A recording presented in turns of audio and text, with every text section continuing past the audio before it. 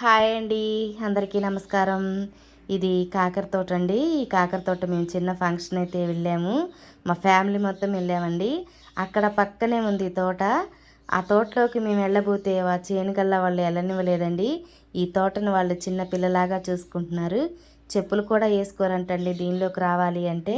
మేము కూడా అలానే చెప్పులు ఇప్పేసి వచ్చాము. చూడండి ఎంత పెద్ద తోటో, చాలా బాగుందండి. కాయలు ఇంత పెద్ద తోట చూడటము, ఈ తాజా కాయలండి, అప్పటికప్పుడు చేనులో చెట్టు నుంచి కోసిన కాయలు. చూడండి ఎంత పెద్ద పందిరో.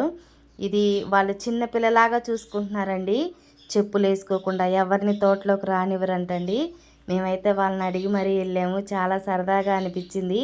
మీరెవరైనా ఎప్పుడైనా ఇలా తోటల్లోకి వెళ్ళి ఇలా కాయలు కోసిన అనుభవం ఉంటే మీ కామెంట్లో పెట్టండి. మాకైతే అసలు చాలా సంతోషం. పొద్దుగూకిన దాకా కూడా, చీకటి పడిన దాకా కూడా అక్కడే ఉన్నామండి. రాబుద్ది కాలేదు.